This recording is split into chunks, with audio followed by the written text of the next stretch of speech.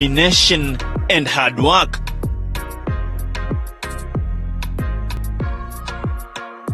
My name is Naftali Mwangi. I'm the managing director at Hyssop Properties. Founded this company in 2012. Started working, or basically got on the ground in 2014. My past is banking. I worked in an international bank for 6 years, where I picked one thing: business is a game of integrity. So we decided to bring some integrity and some cleanliness in the land business. The truth is, land business in Kenya has been marred with a lot of mistrust, a lot of doubts. There are so many conmen. There are so many old school people who picked the laws that were in land, and there are so many gaps in land business, and really milked a lot of money from Kenyans. We decided to come in and with our brand promise, which is a culture of trust, and look at how do we do this business differently. Growing up in Eldam Ravine, I always thought I wanted to start a business, and like anyone else, I wanted to start a business to make money. But later, after getting into real estate, you realize it is not just about making money. There's a legacy to leave. There is longevity around it. And so what happens after you've made money? Because you can get in and quickly make some money, and yes, can become difficult. So this dream did not start as a real estate company. So actually the company was Hyssop Limited, and we wanted to be a marketing company. Our very first client was on an agency. So we approached a corporate who was struggling to sell their land product, and that is how we started. So we started with no capital, no financial capital, and our journey has been a journey of social capital. The people we know, the relationship we have. And that brings me back to whatever you need in business is a relationship away. Because someone has what you want. Nothing will be created specifically for you. It is in someone else's hands. And so you have to create relationships to get into that level. We are currently 17, a number of 17 employees directly, but indirectly we are more than 30, talking about lawyers involved, talking about surveyors involved, talking about printers involved. There is so much in direct employment. When we look into a certain region and we want to buy land so that we can mutate it or sell it to our customers, the first thing to check is the local laws. There are places where land cannot be subdivided into certain portions. For example, a land in Kajiado, as per planning, should be a minimum of half an acre.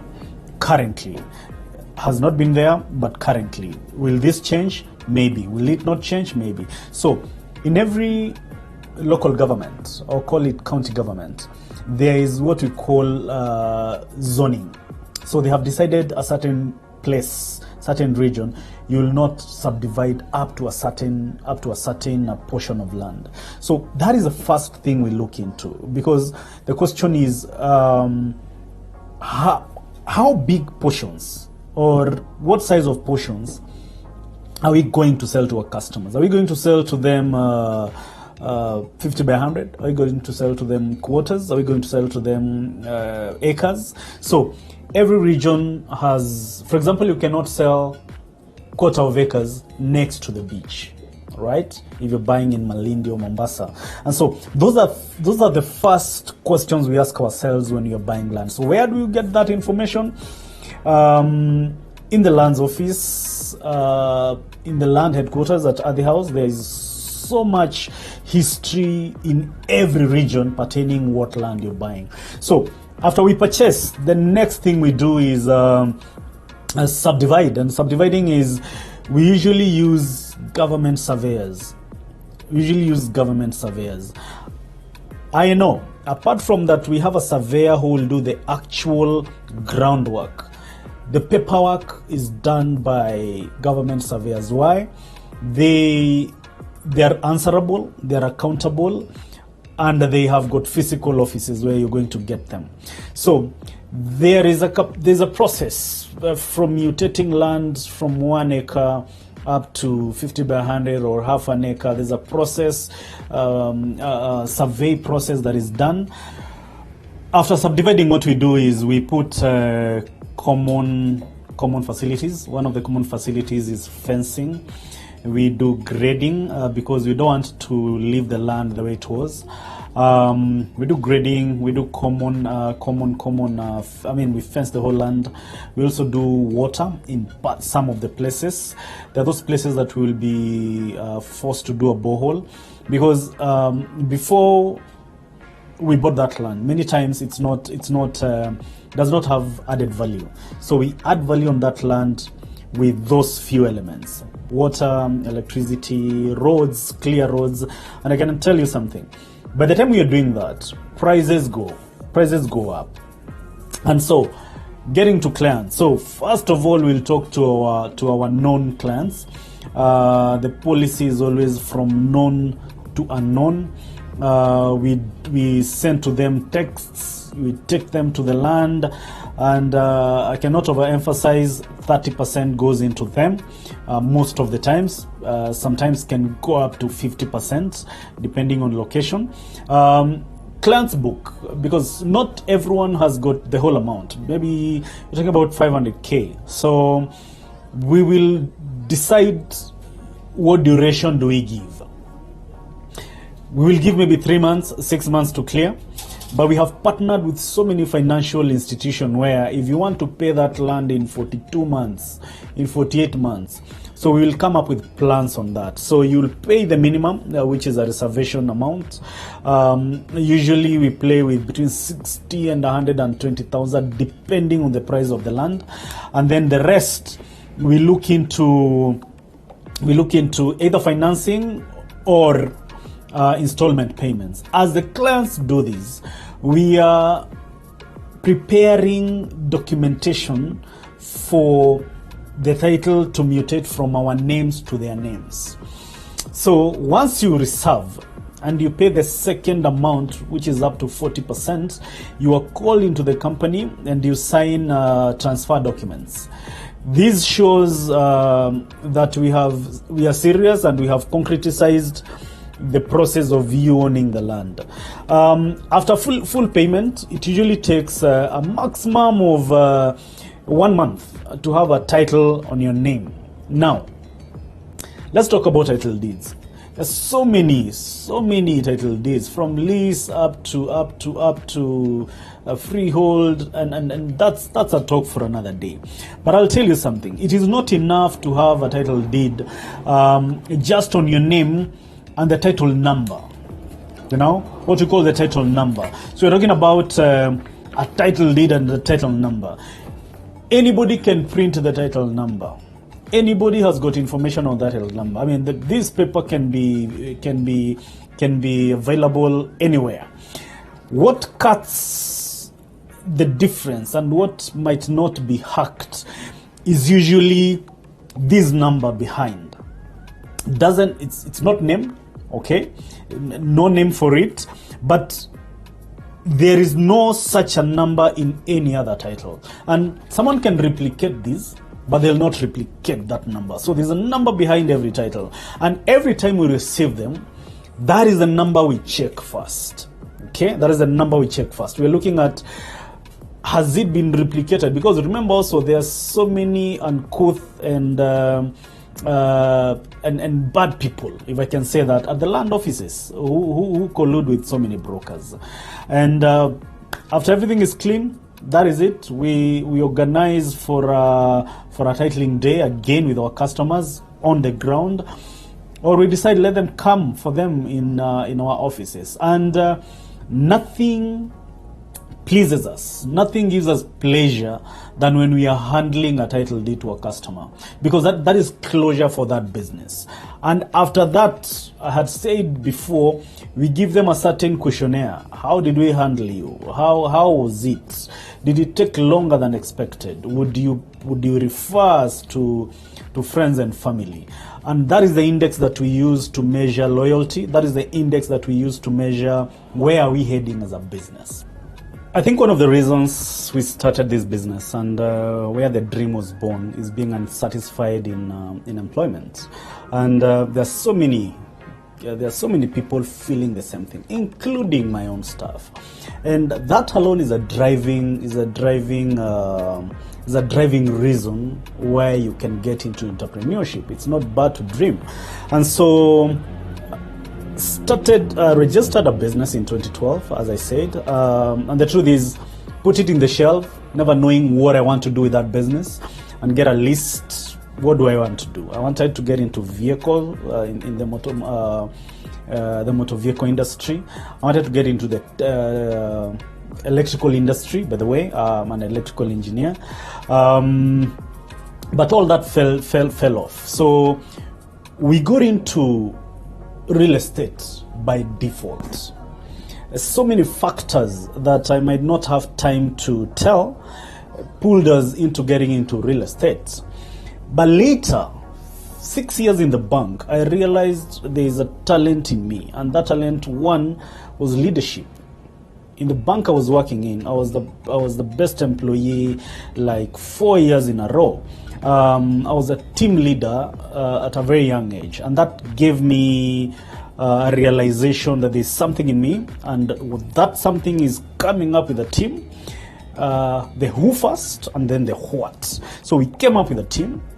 There's no silo, and then we ask ourselves, what do we do? What do we do? And maybe even we are in real estate for a season, we can mutate into something else. But we have always determined that whichever industry we are going to touch, the thread is the same: a culture of trust. A culture of trust. I remember when we handled our first client, who still have bought with us in a long duration of time, and we even did not know the processes. We never knew how you go into the lands office. Remember I told you our very first stock was an agency. Spoke into a corporate. They gave us a certain stock that was giving them some hell of a time, and we convinced them, you know what, we can sell it for you. So we started this business on selling on behalf, which is one of our pillars. We have never dropped that. Currently we have partnered with bigger and better corporations in housing, in land, in construction, in financing our loyal customers.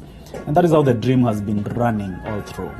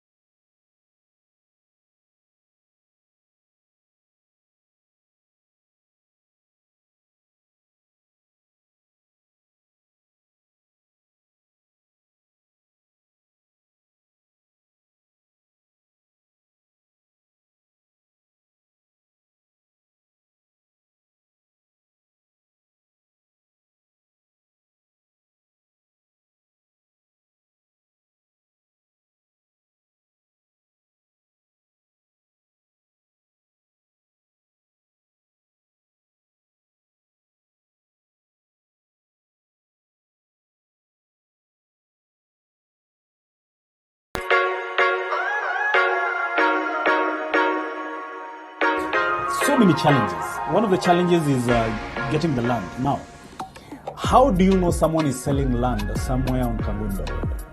So you need a trail and a good number of people around there. Call them brokers. And these brokers are very important in this business because they fill a niche, they fill a certain gap that nobody else can. I mean, I'm here, so how do I know some 10 acres, some 15 acres, some 100 acres being sold in Olkalau? So with time, you get a cocktail of so many players. Talk about brokers, talk about surveyors, talk about other agents, and that is how we get into our stock. The biggest challenge in this business is what is clean, what is not clean, because doing such, if you do such, go to the lands office and conduct a search, that is not enough. You will get a search, it's clean, no caveat, but that land has got, there's a road that will be coming there 20 years down the line when customers have bought already. And with land issues, you can hold a trail 50 years down the line. Who sold to who? How did it run?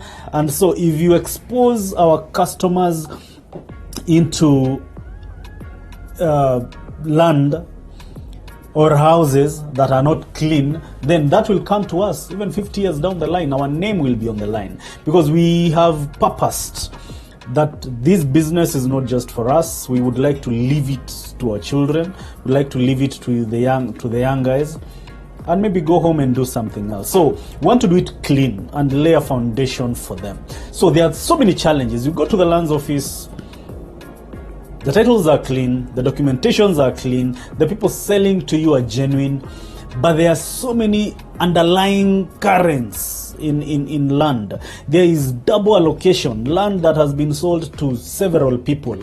Land that has been sold by a brother who got it from the mother, and the other brother didn't know. So many challenges, but we have come up with ways and different offices, not just land, not just lands office, not just survey of Kenya, not just mappings. We have come up with ways to at least minimize risks by close to 99%, if not 100%. So it's been a journey. I said before that what gives us a lot of energy to wake up in the morning, for sure, for me as a director, is the people that depend on my decision making. Talk about 17, talk about 20, talk about 30. They have got another 30, if not 40, to support. So any decision that I'm making has got a direct bearing to a client who lives in Eldoret, who just bought our land in Nakuru. So it's a trail of responsibility, and this one makes you think differently. You want to be sober most of the times. You want to make the right decisions most of the times. So the excitement of I'm in business, I'm now an entrepreneur, many times you lack that because you want to grind longer. When people are going home at 5:35, you want to be left and look at where did we go wrong? Where are the loopholes tomorrow? The other thing is that land laws are changing every day. Right now there's a law, the 2019 land laws of 2019, that a bank can hold a title deed in lien. Lien means basically, this is my land, hold it, give me money, you don't have to charge that land. Now, that comes with a lot of challenges because one, someone might have borrowed with a title deed and someone else, and they sell that plot to someone else. So there's a lot of double allocation on land after that law. So, but the law was not meant for that. It's only that there are so many unscrupulous businessmen who make money from land and not deliver the right thing. I'll tell you something. If there has been war in the world, if there have been conflict in the world, it's been around land. Whatever is happening in the Middle East, to whatever is happening in Joro, every conflict in the world is around land. Why? Because when God created this, it has never grown an inch. Land will never grow. Has not grown, and we are growing in numbers. In this country, we grow about 1 million people every day, every year. 1 million people every year. Universities are dispensing about 600,000 new young guys into the economy. So where are these guys going to live? And that brings me to something else. We have partnered with a NAR corporation, so we are big in affordable housing right now. So many projects, and as we do all these projects, again, it creates so many opportunities for young guys. So it's a journey. It's a journey that needs mutation, needs a lot of change. You cannot be static in what we are doing in Nakuru, what we've been doing in Kitengela and all that. It's a journey that needs change. It's a journey that needs a lot of mutation. It's a journey that needs looking at things differently. A few things inspire me to wake up very early in the morning. And apart from money, I think completing a process. When we have started from buying and now we are issuing title deeds, it's very inspiring, very humbling, and that actually overshadows money and resources, because you thought you were in need to make money, but you're in need to offer a solution. But the biggest of all is really giving young people an opportunity. We have got so many people. When you wake up and there are about 100 CVs on your desk, people who have gone to university, people who spent their 4 years in tertiary schools, and there is no much for them to do, it inspires you to do more and to create a space for them. So when you consume and retain quality employment, quality opportunities, that is what I'm going to call it, that is an inspiration. That's an inspiration, because it makes you responsible, because it is not just yours. This business is no longer me. It's no longer what I started it. I mean, it has so many people feed and school and pay hospital bills from such a decision that was made when I was alone. So I'm going to tell young guys in very simple terms, entrepreneurship is a journey. It's a journey. It's more of like driving at night. When you drive at night, your car can only light 30 minutes or 30 meters away. So it is when you're there that you get to know the other 30 meters. So it's never straightforward. Never straightforward. Get into it. There is the grinding part. There is the teething problems part. But hold on faith. It's a game of faith. In fact, someone said, if you want to grow in your faith, get into entrepreneurship. Because every day you're consulting God. What next? What other decision do I want to make? So entrepreneurship is the future, because look at it. So many corporates, artificial intelligence, technology is cutting a lot of employment. So when you've gone to school and you're thinking about being employed by these huge players, they are no longer taking people. They have got very refined artificial intelligence softwares to make sure there is no employment. So we get into entrepreneurship. 80% of Kenyans are employed by SMEs. That lady who wakes up to bring porridge, hapo kwa mafundi, that is the lady who is creating a lot of employment, because back at home, she has got another one lady who cooked the porridge. Now that is a trail. That is a trail. And that is why when every government, from the Americans to Kenyans to South Africans, when everyone is looking for votes, they just want to tilt the middle class. What is called the middle class. And the middle class is anybody who supports more than 2 people. That is the middle class. When that is touched, either positively or negatively, it affects the economy big time. big time. Because remember, look at it, when you have your salary of 50 or 100,000, you have got your cousin at home, you have got your nephew at home to feed. These are the people who move the economy. When they are touched positively, they touch the whole economy positively. And the opposite is true. So if you're getting into it, get to it with thick skin, and you do not have to do what you went to school to do. I'm not in electrical engineering. I'm not in banking. I'm in real estate. I do not know what tomorrow brings in. But trust you me, I'm going to do it, and I'm going to do it with a culture of trust. So that is it. So if you're getting into it for money, trust you me, you might not go far. You might not go far. Because money is a fallacy. How much money is enough? So $1 million bob means so much to someone, whilst 100 million is a drop in the ocean of someone's pocket. So it's not really for money. It's something in the skin. It's a solution given. Usually my day starts at 6:30 every morning, and from Monday to Friday. And basically the first thing in the morning is check any communications internally or externally from my computers, and then I get an update of how yesterday was in terms of performance, or any complaints and compliments that came from customers. And yes, that's how we do it.